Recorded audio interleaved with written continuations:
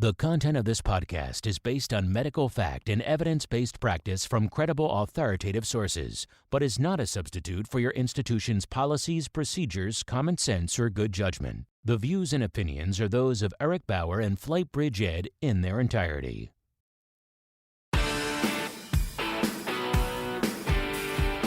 This is the FlightBridgeED Podcast, critical care and emergency medicine education for nurses and paramedics. Here's your host, Eric Bauer. Hey everybody, thanks for joining us tonight. We have a very, very great guest. We have Dr. Mike Abernethy from University of Wisconsin, UW Medflight. He's the chief flight physician for UW Medflight, and we're really, really excited to have him on board. Today's podcast, we're going to do Ketamine 201. We're actually going to look at debunking the myths of ketamine, and we have an absolute expert in ketamine, and I'm really excited to be able to ask him tons of questions. We set out some tweets regarding different things that we see, people see, clinicians want to know, myths, and so we're pretty excited to be able to ask him these questions live. Before we start though, I do want to just give a shout out to Dr. John Hines. He passed away last week. Really, really surreal. We were just at SMAC. I got to actually meet John and got to hear him lecture. Very, very inspired by the things that he said and his passion for medicine. Had listened to him on the Rage podcast. Very surreal. It just really shows you that leaving a legacy and living your life right really makes a big difference and an impact on everybody around you. I'll let Mike kind of take it from here. I know Mike was very close friends with John, and so I want to welcome Mike to the podcast, and I want to thank you for joining us. Well, thank you. It's a pleasure to be on the podcast, something I've followed for the last few months. I think it's an excellent venue and very well done. Talking about John Hines, oh God, I'm devastated. For those of you involved with social media and with SMAC, John Hines was a critical care physician, also an intensivist from Northern Ireland. Very outspoken. He had his way of doing things, but a brilliant man, and his wit and his wisdom.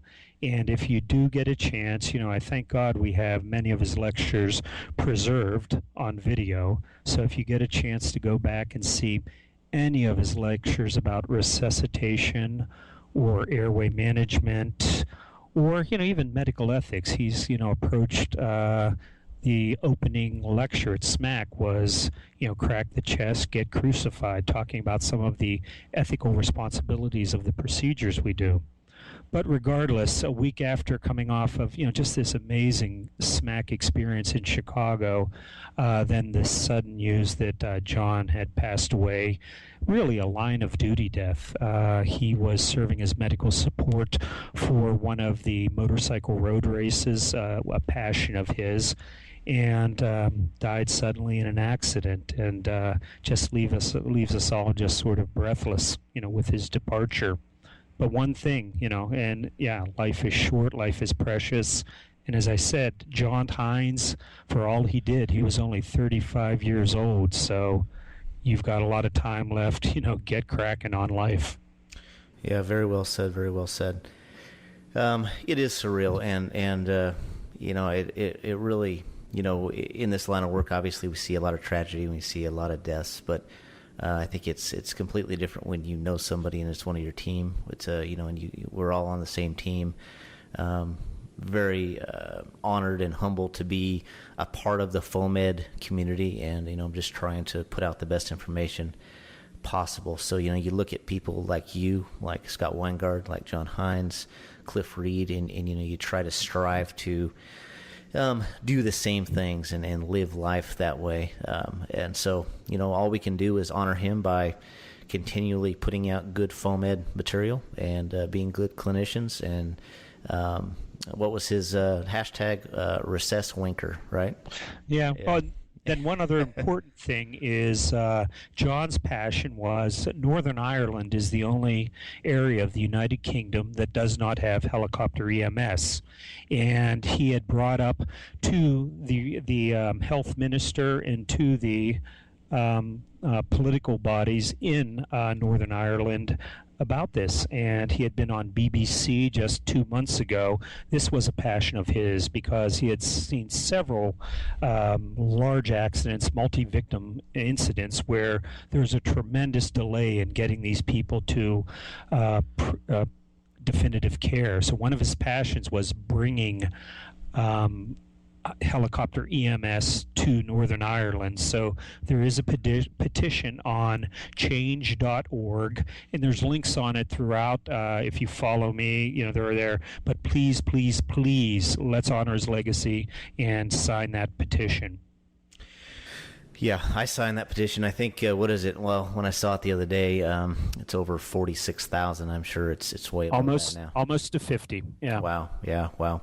So for those of you, we've talked a lot about on this podcast, and many of you have subscribed to our newest podcast called Second Shift.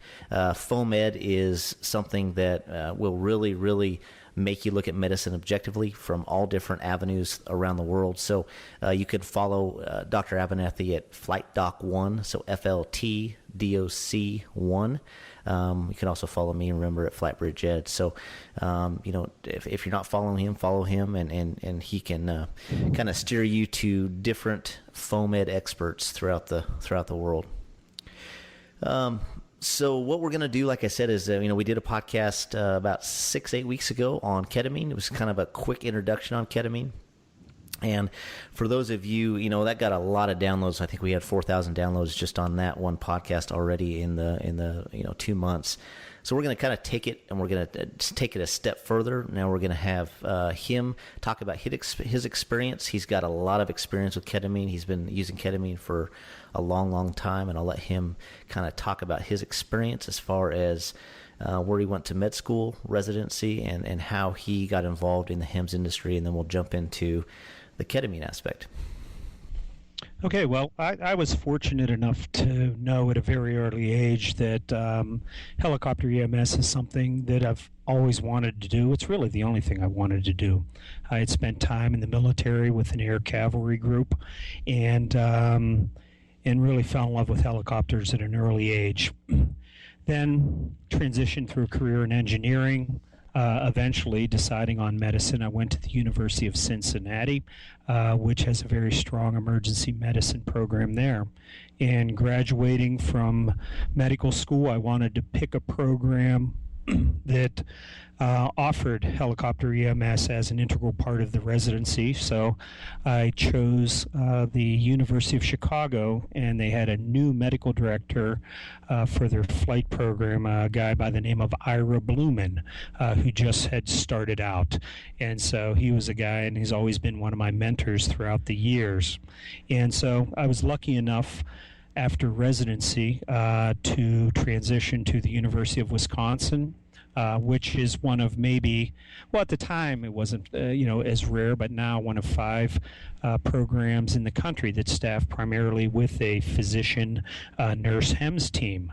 And I've been flying with UW for a total of 23 years, so I have been in HEMS as a civilian flight physician for 26 years, and haven't found many people out there who have been doing it as far as physicians. Now, I know I've met quite a few 30-year flight nurses out there, but as far as physicians, even worldwide, not too many have been doing it that long. So I feel very lucky and very blessed, and really I've always been sort of split between the emergency department and the helicopter, but now at my old age I'm transitioning full-time into HEMS. So, for the last 10 years of my career I'll be doing full-time helicopter EMS, and I'm really excited about it. That's really, really cool. Now, do you guys work 12-hour shifts or 24s? It depends. The physicians typically will do 24s. We have a cadre of, we're not all, maybe about 5 to 6 of us are Well, we're all faculty at the University of Wisconsin, but a lot of our physicians work part-time or full-time out in the community, and then work anywhere from 3 to 8 shifts a month on the helicopter. So we've got quite an excellent group of very well-seasoned emergency physicians. Yeah, we just, about 6 weeks ago, we were up there, got to visit Madison, did a review class up there, and you guys were gracious enough to get us a classroom and kind of host it. We took care of some of your flight team, and I was very impressed with the facilities. With Madison itself, I thought Madison was a really cool city. Really, I told my wife many times that love the weather, the climate, so pretty neat place. So why don't you kind of jump into the history of ketamine as far as in medicine, and then your experience with ketamine, and we'll kind of move through the podcast. Sure. Well, ketamine, it was patented for, I believe, the first time in 1963 in Belgium. Came to the United States. I think Park Davis patented in the late 60s. And it saw some use with burns. It's really interesting. They talk about ketamine use in Vietnam. I really can't find any literature or experience with people who have actually been there and worked with it at that period. Now, my experience with it, I started using it in residency in the late 1980s, used primarily for pediatric anesthesia and sedation. It had always been sort of fairly well established that, it's safe for kids, but no, you don't use it for adults. So throughout my residency career, we did use it in the emergency department and even on the helicopter for pediatric patients. And I always wondered why can't we use this on adults? So as I transitioned up to the University of Wisconsin in the 1990s, one of my good friends, he was the director of the burn unit, but also he was the chief of trauma. Now, the burn surgeons had realized, that ketamine, wow, this is this great stuff, because, they do these incredibly painful procedures and debridements. And so to get a person adequately pain-free for these procedures, they'd have to give them huge doses of opiates, which again had side effects. You'd get respiratory depression and all these. And they found by using ketamine that they could perform these debridements relatively pain-free and worry-free from the staff point, where they could use, they don't have to worry about the patient going into respiratory arrest or issues with hypotension. And so, I forget the exact case, but I started using it on adults in the field probably in the mid-1990s. The one case that comes to mind was a scene response. We had a 20-year-old male who was actually building some sort of firework or made of gunpowder, and it exploded prematurely, catching his clothes on fire. He sustained probably 50% body surface area burns, and there was some other problem. There were some drugs on board and all this, but the kid was absolutely hysterical. So they had called the helicopter in, and this kid was just wild with pain. I mean, they could not get near him. They couldn't place an IV. They couldn't do anything. So as we land, we walk over, and there's sort of this circle surrounding this kid, not knowing what to do. And you could see the skin draping off of his arms and his body. And at this point, the pilot sort of whispers in my ear. He goes, "You realize, there's no way in hell you're putting that kid in my helicopter." Yeah. And so at this point, I'm trying to think, what can we do? Because we really can't even get near him to get an IV. So I got the idea, let's use ketamine. So I had talked with a couple of the EMS and law enforcement personnel. And what we did, I had drawn up 2 syringes of ketamine, about a total of 400 milligrams. And I had them rush this kid with blankets, tackle him, throw him down, and I gave him a total of 400 milligrams of ketamine through his jeans. And then we just sat back. And initially, for the first 30 seconds, he screams, he's agitated, and then you just watch the pain and anguish just sort of melt away, and he went into this dissociated state. And so we brought up our gurney and said, hey, you want to sit on the gurney? Oh, yeah, sure. He sat on the gurney, started an IV. We started fluid resuscitation, again, loaded him into the helicopter and got him back. This bulb went off in my head. This is something wonderful. And, that was sort of a changing point in my career as far as the use of ketamine. Now, had you used it or experienced it in residency at all? Was this kind of one of those just epiphanies that you had on scene? No, I had used it on kids, and we had used it for agitated, 12 and 13-year-olds, and it had worked spectacularly, in these cases. And so I just made the jump because you hear these horror stories and these urban legends about why you can't use it on adults. But with this poor kid, we had no other option. Right. And so I took sort of a leap of faith, and I brought him back. And fortunately, one of the trauma surgeons and the burn surgeons, said, wow, that was a great idea. And so it worked very well. And then, after that, then I began to use it in different scenarios in the field. Okay, so as far as looking at the actual mechanism of action, obviously it's got properties for sedation. It's got the disassociation aspect. It also has the analgesic aspect. Can you kind of explain the mechanism of action as far as how it hits all those different receptors? Sure. I missed a lot of pharmacology in med school, but there's something called the NMDA receptors, and these receptors are involved in sensory input, and they occur at multiple levels. You have them in the spinal column, you have them in the thalamus, the limbic system, and the cerebral cortex. And what this does is it acts as a non-competitive receptor agonist. So what it does, it blocks or distorts sensory input on these various levels depending on the amount of ketamine given. So you can give low levels and it may just block sensory input at the spinal level where you would get, pain relief. And as the levels go up, you go up into the thalamic and limbic and cortical. And at those levels, it can provide actual anesthesia and dissociation. So, yeah, sort of a different set of receptors than, sort of the standard opiates we use.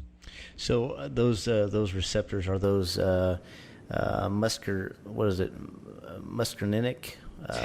It's a hard word for me to say, but yeah, basically that's a parasympathetic actual receptor, and it blocks that, and that's how you get the actual bump in heart rate, bump in catecholamines. Is that correct? Yeah, there are some other receptors it does affect, but yeah, so you can get an increase in catecholamine output where you can get increased heart rate and increased blood pressure. Excellent.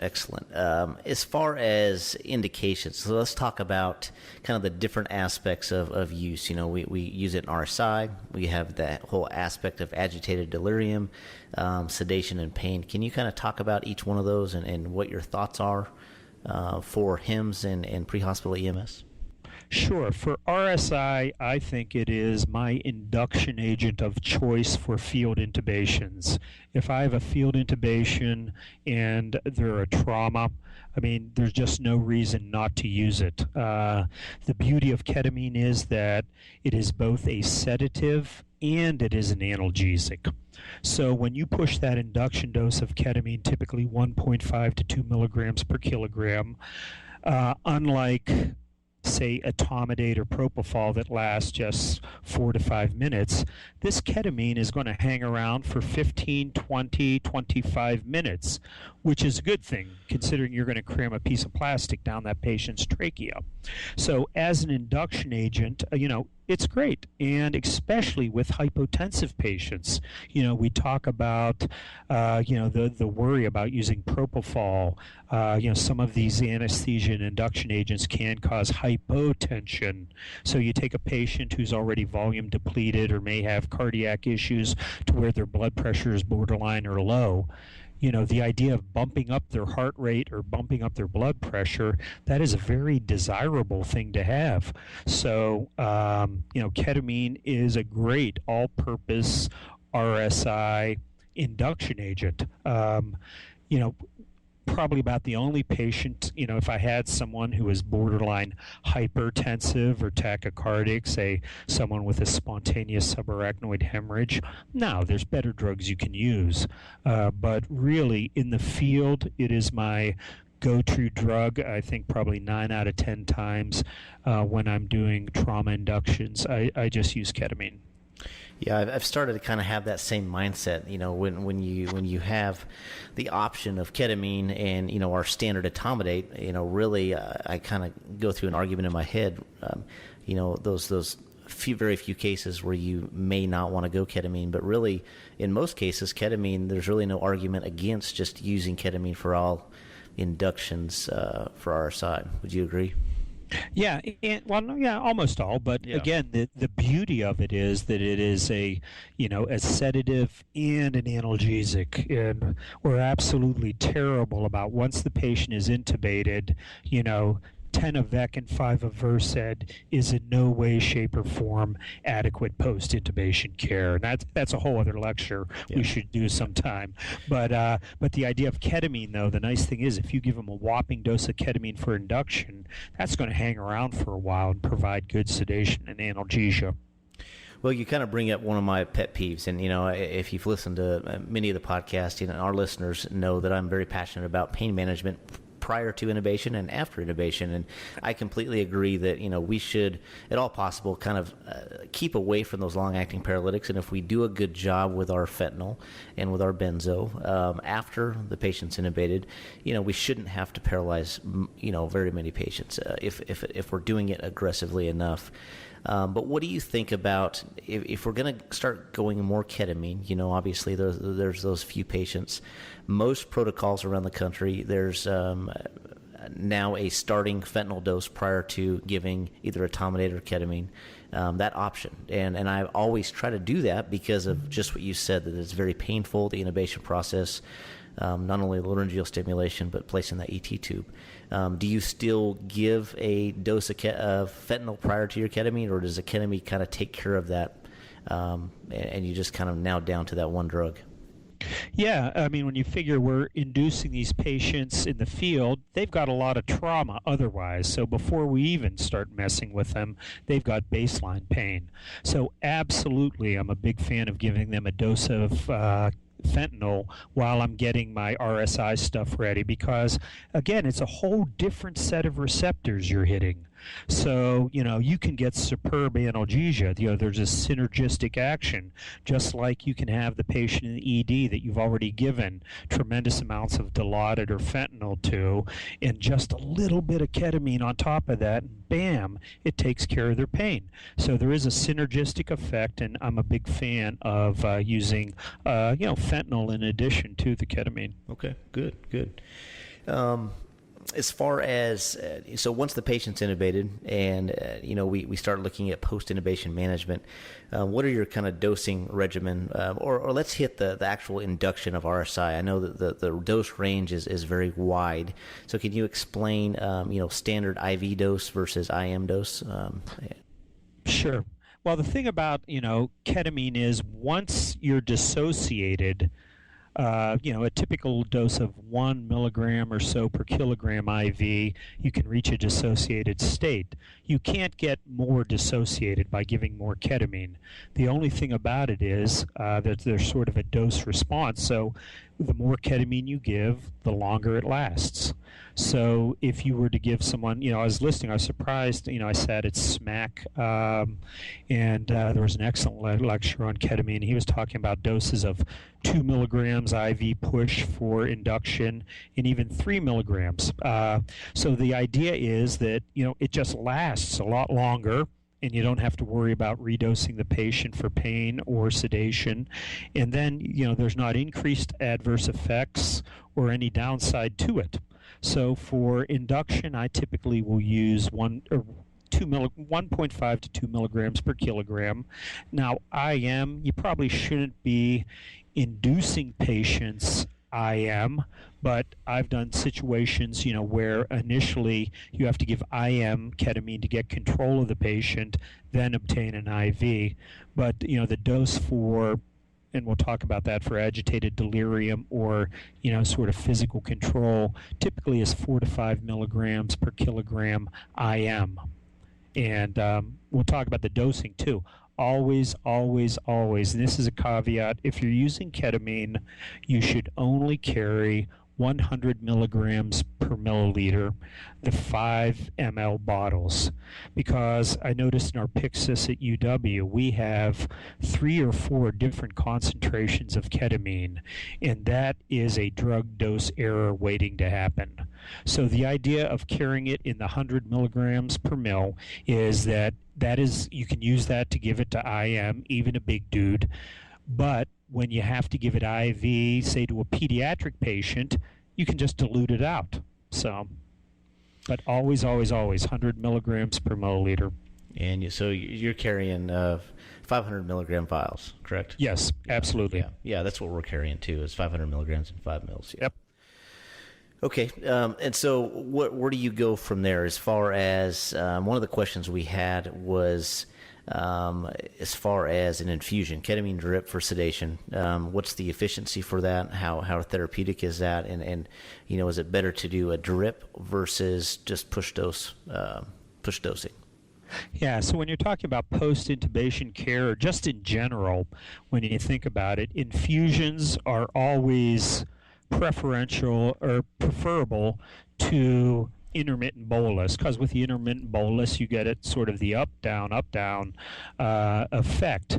So by giving a ketamine drip, although there's not a lot of good literature out there, Min Lakong out of Australia talks about the Royal Flying Doctors. They transport psych patients and they're not intubated under low dose ketamine drips.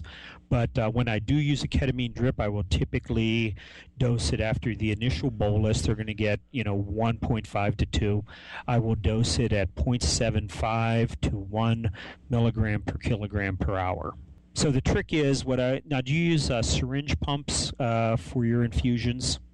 We have both. Yeah, we do have. We have both sets. We're actually transitioning to new pumps, but we do have syringe pumps as well. So what I like to do is when I get on scene, I'll get the ketamine. I'll draw that 500 milligrams up in a 50 cc syringe. So you dilute it out, so it's 10 milligrams per milliliter.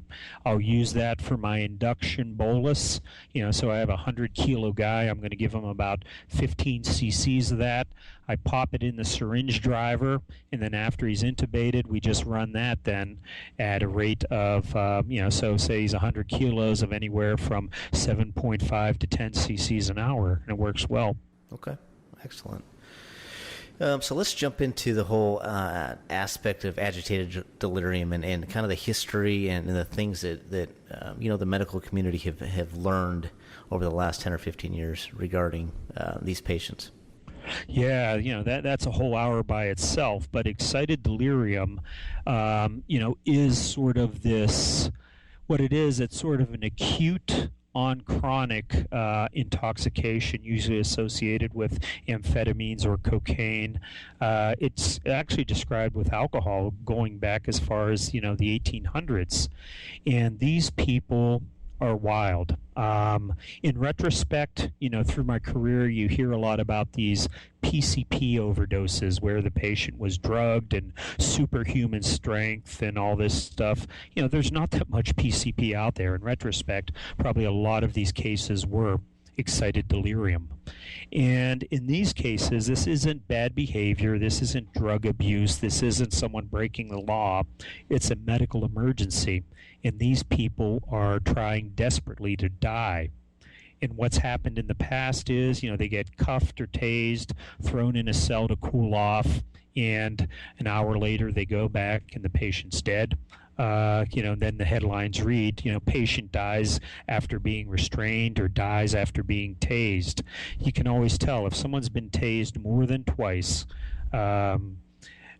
it's almost a medical emergency because, again, I've been tased once or twice through training, and it is probably the most unpleasant thing I have ever experienced. And someone who would get up twice and 3 times and still fight after that. But But again, so the key to these people is sort of, throwing a bucket of water on this metabolic fire. And they've described in the past using drugs like Haldol or benzodiazepines or barbiturates. But again, number one, you can't get IV access on these people. They're actually, just incredibly wild. So the best you're going to do is get an IM drug. And I found that Haldol, again, the absorption is variable and the dosing is variable. But ketamine, God bless it, it is very predictable. IM injections, you give a deep IM injection of ketamine and you're going to have results within 3.5 minutes. And so these people, I hear them coming in, and I can tell by the ambulance report that this is something. They've been tased 4 times. They beat up 2 police officers. We've got them in cuffs. They're yanking at the cuffs. They're bleeding. So I'll meet them, in the ambulance bay with a syringe of ketamine. And it's actually spectacular, again, to watch this person who at this point is just like a wild animal. And then in a matter of 3 or 4 minutes, they're sedated, then the fatigue takes over, and then you can proceed saving their lives because, again, this is a metabolic emergency. So in my opinion, and the literature supporting this, the only drug to use for true excited delirium is ketamine. And, nothing else is as effective or quickly acting as IM ketamine. That's interesting that you say all that. As far as our listeners out there, EMS wise, and I've had 2 patients I think back in my career where I literally couldn't control them. It ended up being a GHB overdose, where they actually would act like they were unresponsive, and it would last for about 30 seconds, and then they would come out and they would have like a PCP rage like that. And looking back, that probably would have been a great case.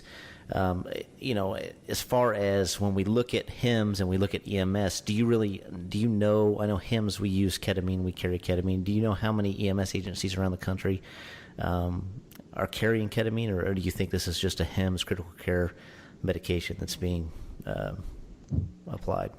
No, in fact, I know for a fact we have more ground EMS units in Wisconsin are carrying ketamine than HEMS units. Hopefully they're catching up, but in our culture, unfortunately, we have quite a few very forward-thinking medical directors, and we have quite a few in Wisconsin that are carrying.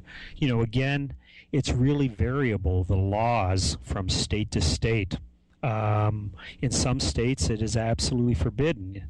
And as I said, in some cultures and some hospitals, for example, when I work in the VA system in the emergency department, I am not allowed to use ketamine. Only anesthetists are allowed to use ketamine. And we've had situations where our EMS on the ground, they've had a patient where they've administered ketamine, they bring them into the emergency department, and the doctor in the emergency department is not allowed to use ketamine. So it's really interesting. There's a lot of politics to it because it's this general anesthetics. But, the bottom line is, if I am going to trust a paramedic to use succinylcholine and to remove a patient's God-given ability to breathe, and I am assuming he has sufficient training, knowledge, and experience to obtain an airway, then why the hell can't they use ketamine? I mean, as far as the safety of the drug, it's amazing. It's incredibly rare to find any ketamine-related deaths. I don't think there's any out there associated with procedural sedation. My God, even the people abusing it, if you look at the DAWN data, the drug awareness, so they're the people who track the heroin and the cocaine overdoses and all those that come into emergency departments. I've never seen any ketamine-related deaths, and the ones that are listed are probably polypharmacy. So, I always tell people, you can't kill people with ketamine. I mean, there's an article from 1998 where they were talking about iatrogenic overdoses of ketamine in pediatric patients where they were accidentally given 10 or even 100 times the dose, and all these kids did just fine. Can you imagine giving 100 times the dose of Versed or morphine to a child? Yeah, that's ironic. My wife and I this afternoon were talking about just that topic, and I said, when you look at ketamine and how safe it is, and there's such a misconception out there. I mean, there's a misconception in my area. I just feel like people are scared to death of it. And I guarantee if we look at the literature, we look at in-hospital deaths, you look at, things like that, accidental overdoses or overdoses, morphine and Versed, those are some, Versed alone. I mean, I guarantee that there's data backing that there's a lot more deaths associated based on just that medication. Oh, I do a lot of reviews of procedural-related complications, and if you look in the country, if there is a death associated with an outpatient medical procedure, probably 9 times out of 10, Versed is involved. Yeah. In the first year it came out, back in 1986, they had the dosing a little bit wrong. There were probably close to 150 deaths associated with Versed in the first year or two. So again, you have these drugs, and again, we trust our medics to use succinylcholine. And that's about as bad as it gets. I mean, you're stopping someone's ability to breathe. And if you trust a person to do that and to use that drug, it's just ridiculous not to trust them to use ketamine. Well said. I agree. So let's talk about some myths. Let's kind of do some debunking of some myths. Well, I should say, let's really quickly hit on the whole hypersalivation aspect in pediatrics, or do you see this in adults, and kind of how you deal with that? How often does this happen? Is this a normal thing, or is this a rare thing? Yeah, and it was interesting. Back in the 90s, we always gave atropine routinely with ketamine, hopefully to help prevent hypersalivation. Ketamine, in some people, will cause bronchuria.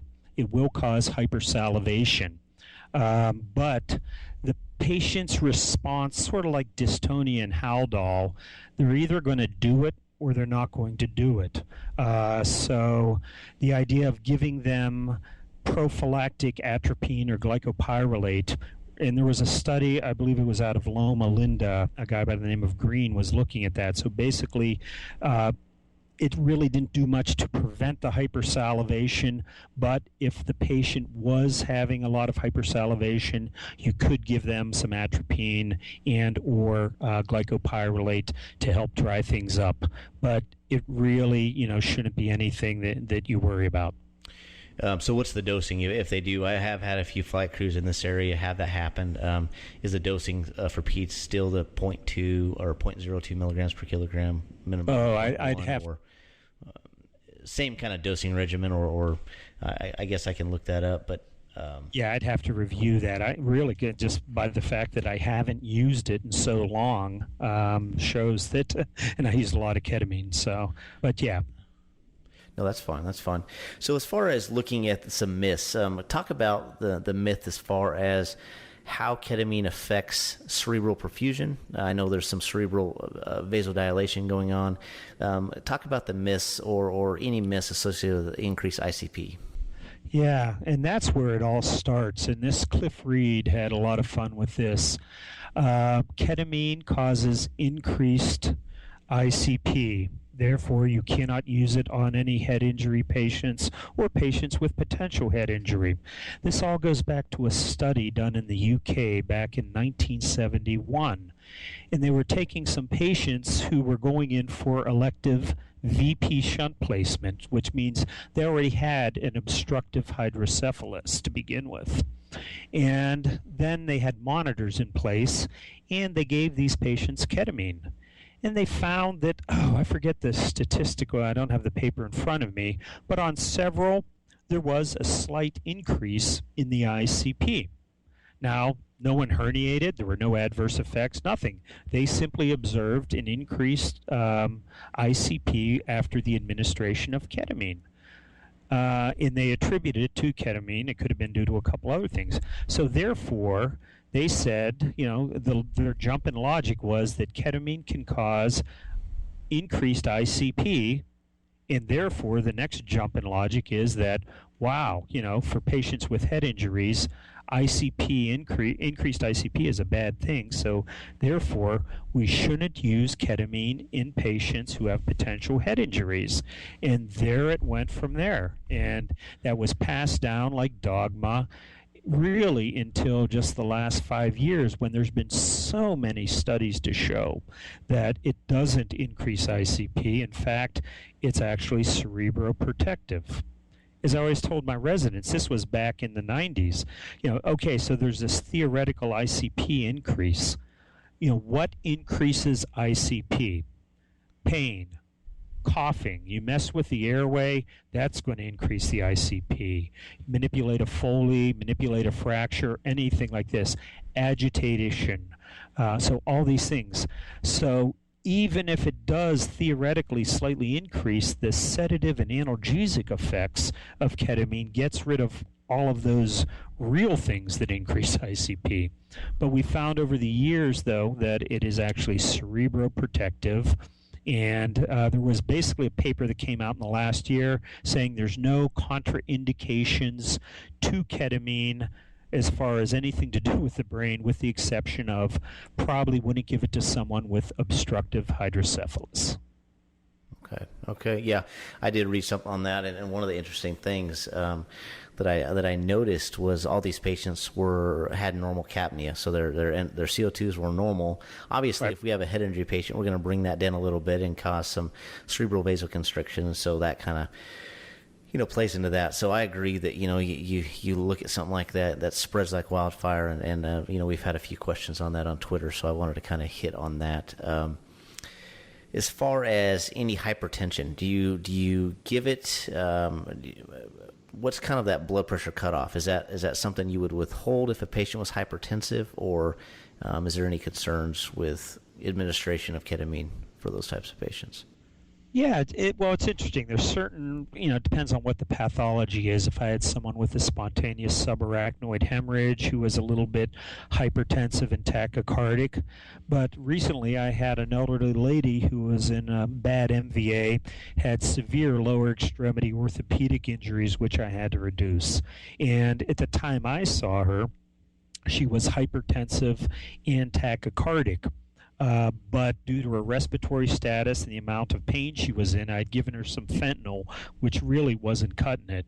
She was still in a tremendous amount of pain. I had to reduce her angulated fractures, so I elected to give her a dose of ketamine. I think I gave her close to 1 per kilo. But anyway, after I gave her the ketamine, her blood pressure and heart rate came down. So they were up because of her severe pain. So in that case, it actually worked. So, yeah, hard to say, but, someone who is having possibly a cardiac event where they could be adversely affected by increased tachycardia or hypertension, I'd probably avoid ketamine. There's better drugs to use. I think you bring up a really, really good point, and we talk about this with intubation and ventilator management and all those things, and we really, I think the dogma has been for so long to deal with the sedation, and we've learned that the pain aspect is huge. We gave lidocaine for years, and one of the arguments was, well, we're reducing the potential ICP associated with the whole intubation process, and now we've identified, well, that's hogwash. We give fentanyl for that exact thing to try to decrease that sympathetic response. And, you bring up a great point that she was hypertensive and tachycardic, but it was probably because of the pain, and that ketamine, reduced that. And so it kind of shows a cause. One cause does not relate to the other.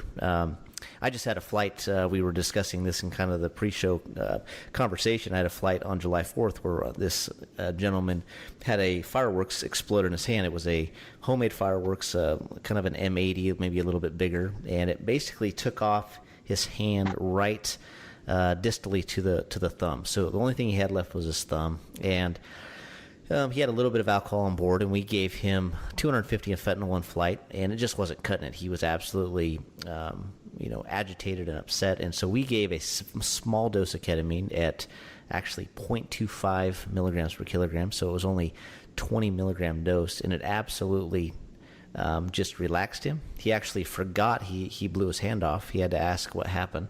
So, I've seen it firsthand that really does take care of that disassociation aspect and takes care of that pain, and it really does calm the patient down. So it's pretty neat to be able to experience, and that's one of the things that I encourage all of our listeners. We've been having a lot of questions on Twitter. I think people are uneasy, and the only thing you can do is just try these medications. If you have the ability, this is in your protocol, all you can do is try. Utilize these. We're trying to bring on experts in these different topics, and, I try to only put out things that I have clinical experience in, and, that's why I bring on these experts to kind of bring another mindset. And obviously, Dr. Abernethy being a flight physician and an MD, he's got a lot of experience. So, just try these things. And that's what's good about, I think, this podcast is it has practical application. You can utilize this in your clinical practice and really apply these things. And, we're all here. I will put his email in the show notes. You can email me, you can email him, and we're more than happy to answer and ask or get the answer for any of your questions. As far as there any, I've seen some tweets, I saw some tweets right after SMAC. Is there any worry about apnea? What are your thoughts about apnea as far as ketamine goes? I haven't seen a lot personally. The one thing that I have seen, and it's interesting, is laryngospasm, but it's only in the setting of rapid IV push. I remember vividly, I had a fellow who had sort of an open book pelvis that we were going to reduce, and he was awake and talking, and so I elected to give him a good dose, about 1 to 1.5 per kilo, and I gave him, a really rapid, say a 3-4 second IV push, and he had bona fide laryngospasm that fortunately I was able to bag through. And it's like, wow, I don't believe that happened, because, I've rarely seen laryngospasm. And then I came along, it was a month or two later, and a similar situation where I was doing a procedure in the field and had to push ketamine. And I was thinking, wow, that last guy had laryngospasm. I wonder so I push it rapidly like this, and so I did again. Sure enough, I had laryngospasm again. So as a result, I don't know whether there's any data support that, but boy, when I push ketamine, when I'm anything, but even the small doses, but when I push ketamine, I like to do a 30-second push. Now, apnea, I haven't seen that much, but again, apnea is easy. You should be monitoring these patients. They should be on end-tidal CO2, and if they have apnea, you can certainly recognize it immediately and just assist them. If it is, occasional, just like with propofol or etomidate, you can get apnea. So what?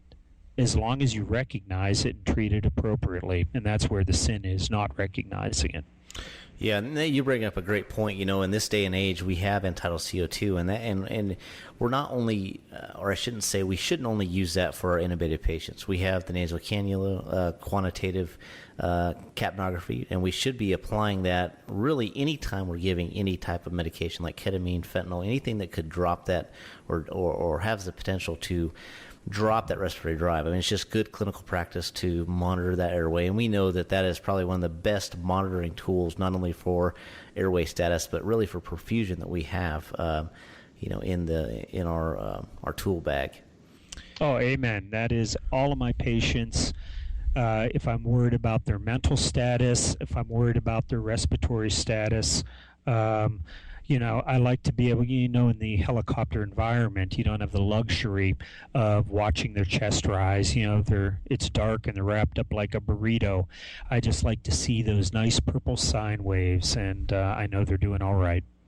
Yeah, amen. You actually, that's something when I teach my review classes, and, we have people that are trying to seek a job in the HEMS industry, and, it's funny because we're taught to always treat our patients and not really watch our monitors as well, not treat our monitors and treat our equipment per se. But, when you get into the HIMSS environment, just like you said, it's dark. It's, you have a helmet on, you've got the rotor sound, you've got the, the aircraft radios in the background, air traffic control, all those things. And we can't monitor our patients exactly like we would at the bedside. So you have to start utilizing other tools to help you in that regard, and that's exactly why you use those tools like end-tidal CO2 and things like that. What are your thoughts on one of the questions that we had on Twitter? What are your thoughts on the emergence phenomenon, and how you would deal with that? Sure.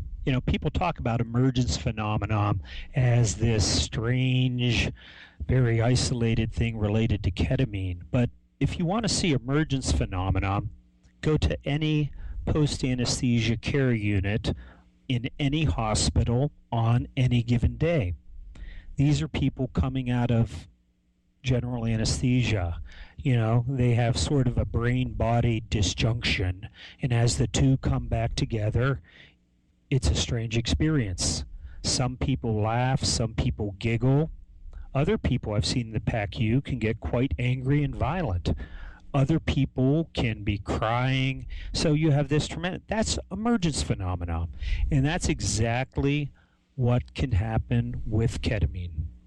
And so it's really interesting. The thing about ketamine is that it does produce vivid dreams. It can be very scary.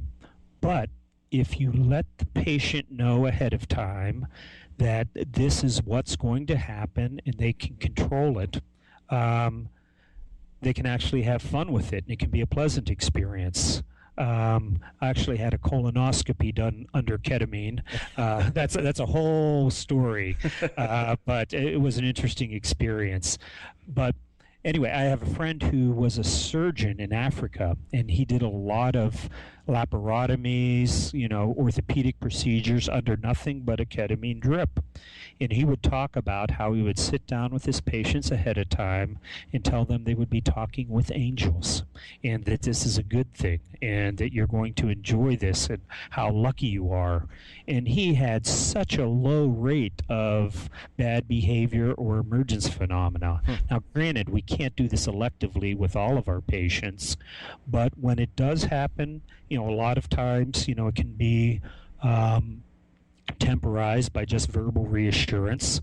And then benzodiazepines are always nice. When I do routine sedations, and even when I do, on intubated patients with ketamine, I will add in some Versed, not huge amounts, but just enough to sort of temporize things.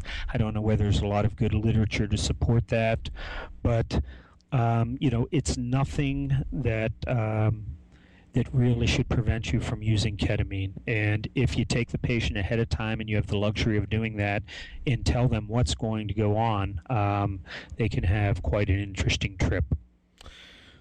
Well, that's cool. What are your dosing when if you do decide to give the Versed dose? What type of dose are you giving? Yeah, a typical dose. Say I'm going to reduce a sort of a badly angulated fracture or something, and I'm going to give them 1 per kilo of ketamine.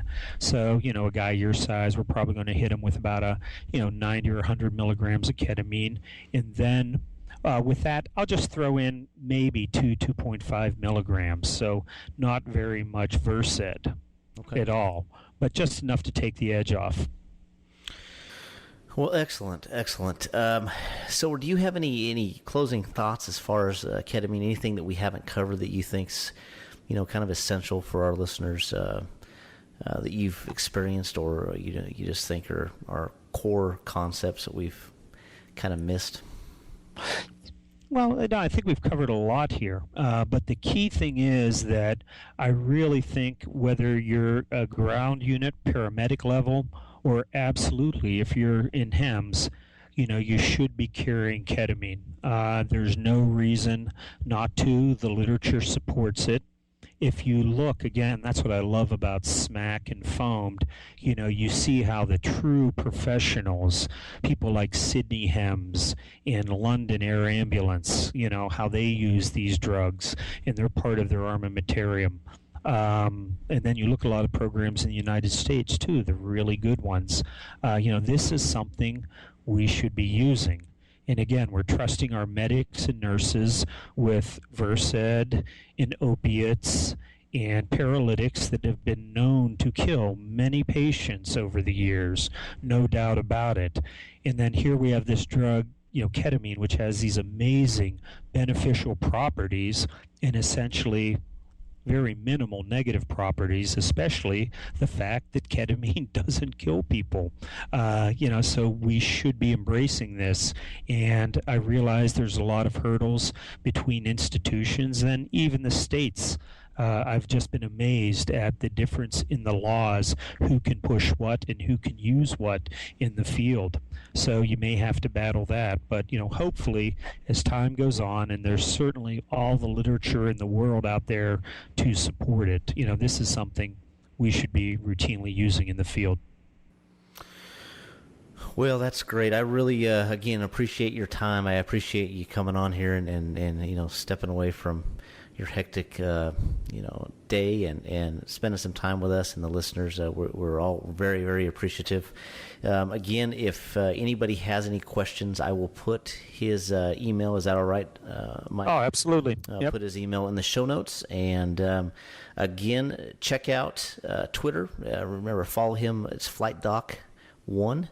And you can follow us, FlightBridgeED. Again, we want to send our condolences out to John Hines' family, and just a very terrible loss the FOAMed and emergency medicine, critical care world has felt over the last week. And I think, we'd be remiss to, again, our thoughts go out to the pilot that passed away last week in Denver. And there's a flight nurse, flight paramedic that right now is fighting for his life.